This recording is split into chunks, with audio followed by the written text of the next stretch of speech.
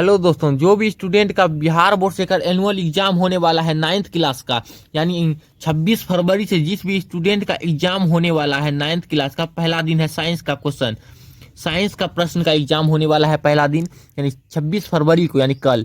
तो दोस्तों, बहुत सारे स्टूडेंट की डिमांड के बाद मैंने सब्जेक्टिव का क्वेश्चन बना ही दिया आखिरकार। तो दोस्तों, इससे बाहर सब्जेक्टिव क्वेश्चन नहीं आएगा, क्योंकि सारा VVI यानी very very important subjective question यही है, वायरल क्वेश्चन, जो कि मैंने इसे सॉल्व कर दिया है सबको। तो दोस्तों, आप लोग बिना समय गवाए ही इसे देख लीजिए, बहुत कम मिनटों का वीडियो बनने वाला है।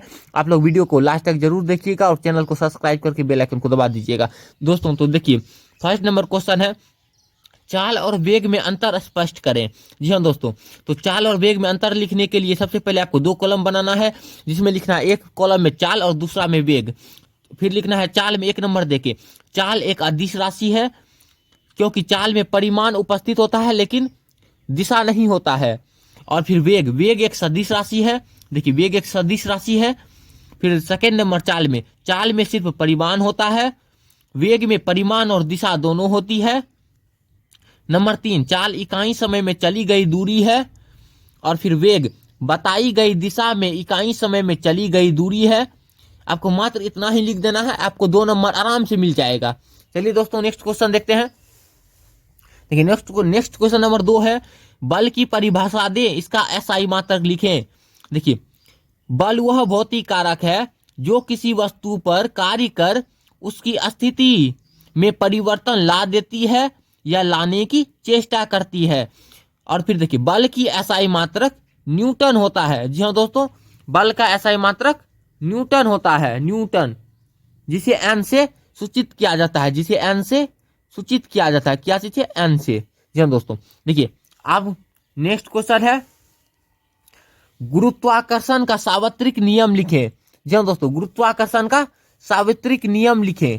देखिए, गुरुत्वाकर्षण का सार्वत्रिक नियम क्या कहता है, गुरुत्वाकर्षण का सार्वत्रिक नियम, देखिए, गुरुत्वाकर्षण का सार्वत्रिक नियम कहता है कि ब्रह्मांड में एक कण प्रत्येक दूसरे कण को एक बल से आकर्षित करती है, जिसका परिमाण दोनों, जैसे मान लीजिए 2 कण है, जैसे एक कण दूसरा कण, दोनों कण एक दूसरे को आकर्षित करती है, ब्रह्मांड के सभी कण, और जिसका परिमाण जो है इन दोनों के बीच के, इन दोनों का द्रव्यमान के गुणनफल के समानुपाती होता है, और तथा इन दोनों के बीच की दूरी के वर्ग के व्युत्क्रमानुपाती होता है, इन दोनों के दूरी के वर्ग के व्युत्क्रमानुपाती होता है। जी हाँ दोस्तों, इसी कारण लिखे फर्स्ट नंबर, कणों के द्रव्यमानों के गुणनफल के समानुपाती होता है तथा उनके बीच की दूरी के वर्ग के व्युत्क्रमानुपाती होता है। जी हाँ दोस्तों, इसी प्रकार आपको लिख देना है, आपको एक भी मार्क्स नहीं काटा जाएगा। चलिए दोस्तों, नेक्स्ट क्वेश्चन देखते हैं। तो नेक्स्ट क्वेश्चन है,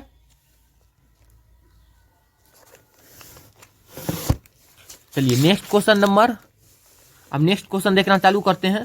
देखिए, नेक्स्ट क्वेश्चन है क्वेश्चन नंबर 4, जड़त्व का नियम क्या है। जी हाँ दोस्तों, जड़त्व का नियम क्या है, तो देखिए उत्तर हो जाएगा इसका, न्यूटन के प्रथम गति के नियम को जड़त्व का नियम कहा जाता है। जी हाँ दोस्तों, न्यूटन के प्रथम गति का नियम को जड़त्व का नियम कहा जाता है।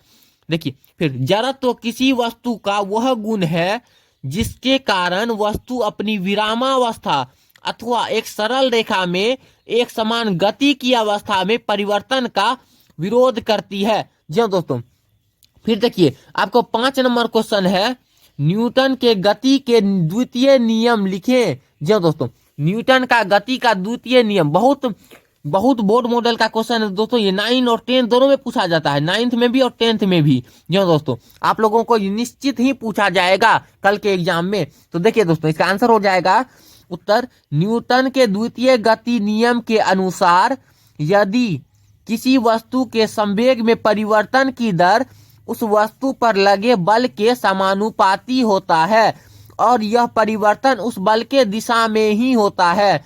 जी हाँ दोस्तों, इसका आंसर यही हो जाएगा। और दोस्तों देखिए, अगर किसी वस्तु का संवेग में बोल दिया, आप लोगों को ये ऑब्जेक्टिव दिया जा सकता है कि संवेग बराबर होता है, देखिए, द्रव्यमान गुना वेग। देखिए दोस्तों, ये भी आप लोगों को दे सकता है, m बराबर, देखिए जैसे यहां पर होता है संवेग बराबर एम भी, ये एम भी लिख सकते हैं, इसका मतलब एम द्रव्यमान और गुना भी वेग, आप इसे लिख सकते हैं संवेग को एम भी के बराबर होता है संवेग। जी हाँ दोस्तों, संवेग बराबर द्रव्यमान और गुना वेग। चलिए दोस्तों नेक्स्ट क्वेश्चन देखते हैं। नेक्स्ट क्वेश्चन नंबर है 6 क्वेश्चन नंबर कहता है आर्किमिडीज का सिद्धांत लिखें। जी हाँ दोस्तों, जब इसका आंसर हो जाएगा, जब कोई वस्तु द्रव या गैस में पूर्णतः या अंशतः डुबाई जाती है तो उसके भार में आभासी कमी आ जाती है, जो वस्तु के डूबे हुए भाग द्वारा हटाए गए द्रव या गैस के भार के बराबर होता है। जी हाँ दोस्तों, जब कोई वस्तु को डुबाते हैं, किसी भी, मान लीजिए किसी चीज में, उसे एक बाल्टी है और बाल्टी में कोई वस्तु को डुबा दिए, मान लीजिए कोई वस्तु डुबा हुआ है, तो जितना ये स्थान छेकेगा नीचे का पानी में उतना ही पानी ऊपर जाएगा। यही कहता है आर्किमिडीज का सिद्धांत। जी हाँ दोस्तों, और ये क्वेश्चन 100% आप लोगों को ये क्वेश्चन दिया ही जाएगा आप लोगों के एनुअल एग्जाम में। जी हाँ दोस्तों, चलिए दोस्तों नेक्स्ट क्वेश्चन देखते हैं। तो नेक्स्ट क्वेश्चन है क्वेश्चन नंबर 7। देखिए क्वेश्चन नंबर 7 कहता है उदाहरण के साथ पदार्थ की परिभाषा लिखें। जी हाँ दोस्तों, उदाहरण के साथ पदार्थ की परिभाषा लिखें।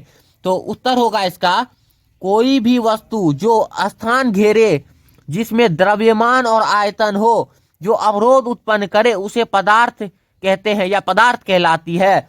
उदाहरण के लिए कोई भी वस्तु का नाम दे दीजिए, कागज, कलम, पंखा आदि, मिट्टी, कुछ भी दे सकते हैं आप दोस्तों।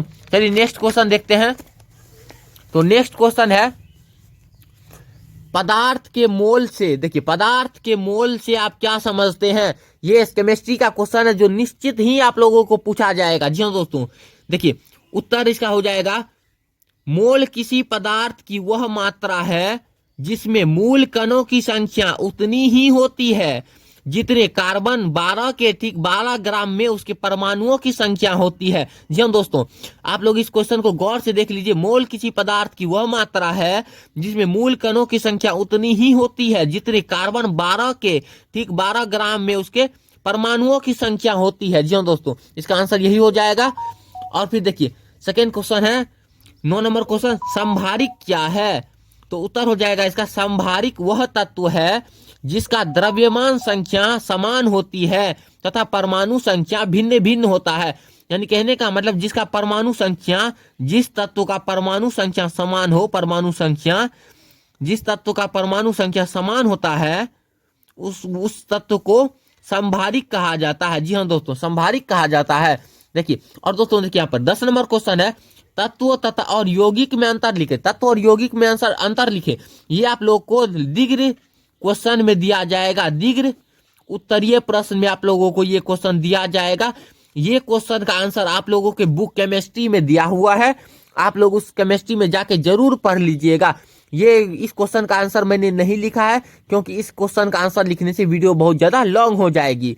और दोस्तों आप लोग अंतर आप अपना बुक से लिख के आराम से याद कर लीजिएगा और पढ़ लीजिएगा। आप लोग को निश्चित ही 100% ये क्वेश्चन दिया ही जाएगा। मैंने इस वायरल क्वेश्चन के बारे में आप लोगों को बता दी है। चलिए दोस्तों नेक्स्ट क्वेश्चन है 11 नंबर क्वेश्चन, जीन को अनुवांशिक इकाई क्यों कहते हैं। जी हाँ दोस्तों, वेरी इंपॉर्टेंट VVI क्वेश्चन इसी को कहा जाता है दोस्तों, वेरी इंपॉर्टेंट। निश्चित ही आप लोगों को कल दिया ही जाएगा। देखिए दोस्तों अब इसका उत्तर हो जाएगा, DNA के क्रियात्मक खंड को जीन कहते हैं। ये जीन पैतृक गुणों के वाहक होते हैं, अतः DNA को अनुवांशिक पदार्थ तथा जीन को अनुवांशिक इकाई कहते हैं। जी हाँ दोस्तों, आप लोग स्क्रीनशॉट लेके भी बाद में इसे 2-3 बार पढ़ के याद कर सकते हैं। अब चलिए नेक्स्ट क्वेश्चन देखते हैं। नेक्स्ट क्वेश्चन है लसिका क्या है। जी हाँ दोस्तों, ये क्वेश्चन भी 100% आपको पूछा ही जाएगा कल के एग्जाम में, 100% ये क्वेश्चन पूछा ही जाएगा। जी हाँ दोस्तों, देखिए लसिका एक वर्णहीन द्रव्य है जिसमें लाल रुधिर का कोशिका नहीं पाई जाती है। जी हाँ दोस्तों, जिसमें लाल रुधिर नहीं पाई जाती है, जिसके कारण ये एक सफेद पदार्थ वर्णहीन यानी इसका रंग नहीं होता है, ये पदार्थ पाई जाती है। जी हाँ दोस्तों, लसिका, यही इसका उत्तर हो जाएगा। अब देखिए 13 नंबर क्वेश्चन है। 13 नंबर क्वेश्चन कहता है वर्गीकी से आप क्या समझते हैं। जी हाँ दोस्तों, वर्गीकी से आप क्या समझते हैं। तो उत्तर हो जाएगा, जीव विज्ञान की वह शाखा जिसमें जीवों का सुव्यवस्थित और कर्मानुसार विभिन्न समूहों में विभाजन और उनका जैविक नामकरण तथा उससे संबंधित सिद्धांतों का अध्ययन किया जाता है, उसे वर्गीकी कहते हैं। जी हाँ दोस्तों, ये क्वेश्चन भी आपको 100% पूछा जाएगा। आप लोगों को कल दोगुना, यानी अगर आप लोगों को कल दिया जाएगा क्वेश्चन, अगर आप लोगों को 20 क्वेश्चन दिया जाएगा तो 10 ही क्वेश्चन उसमें बनाने के लिए कहा जाएगा, यानी 50% क्वेश्चन आप लोगों को बनाने के लिए कहा जाएगा। आप लोगों को आधा क्वेश्चन ही बनाना है, ना कि आप लोगों को सारा क्वेश्चन बनाना है। और ये इतना क्वेश्चन में आप लोगों को सारा आधा क्वेश्चन हो ही जाएगा। जी हाँ दोस्तों, इससे बाहर आप लोग को क्वेश्चन नहीं जाएगा। आप लोग सारा क्वेश्चन बना के 100% मार्क्स उठा सकते हैं साइंस के सब्जेक्ट में। और मैंने आप लोग को ऑब्जेक्टिव का सारा सॉल्यूशन करवा ही दिया है। आप लोग नहीं देखे हैं वीडियो तो वीडियो आपको मिल जाएगा, आपको डिस्क्रिप्शन में वीडियो का लिंक मिलेगा, आप वहां पर से भी देख सकते हैं। तो दोस्तों फिर नेक्स्ट में मैथ का सब्जेक्टिव क्वेश्चन भी लेकर आएंगे। आप वीडियो को लाइक करके चैनल को सब्सक्राइब कर लीजिएगा। और इंग्लिश, सोशल साइंस, साइंस का तो हो ही गया, सोशल साइंस, हिंदी, संस्कृत, सारा सब्जेक्ट का ऑब्जेक्टिव सॉल्यूशन और सब्जेक्टिव सॉल्यूशन भी आएगा। आपको सारा सब्जेक्ट का क्वेश्चन मिल जाएगा आंसर सहित। तो दोस्तों अभी इस वीडियो में बस इतना ही। आप लोग लाइक कर दीजिए, वीडियो को ज़्यादा से ज़्यादा शेयर कीजिए ताकि आपके सभी फ्रेंड्स के पास ये वीडियो पहुंच जाए। तो दोस्तों मिलते हैं जल्द ही नेक्स्ट वीडियो में, तब तक के लिए जय हिंद, वंदे मातरम।